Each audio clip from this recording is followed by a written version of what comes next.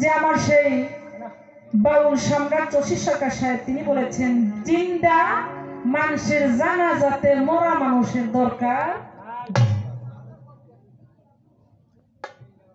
তবে আমরা কি জিন্দা না? এখন আমরা জিন্দা, আমরা কি জিন্দা?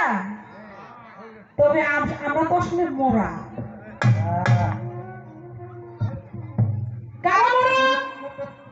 আমার বারেকশার ভক্ত যারা, আমার ভান্ডারের ভক্ত যারা, যারা তরিকার হাতে হাত দিয়েছেন, যারা মুর্শিদের হাতে হাত দিয়েছেন, আসলে তো তারা বাবা জিন্দা মরা। একটা কথা আছে না, ময়রা মরার করগা সঙ্গ হবে রে তোর রতি ভঙ্গ, ওই মরায় পাপি পরস্পর। ওই মরার সাথে যদি কেউ সঙ্গ করতে পারে সে তো বাবা স্বার্থ। হেরা পারছে, আমরা এখন পর্যন্ত পারি নাই। তাই বলেছেন, যাই না কি করবি তোর হাতে, শুই না কি করবি তোর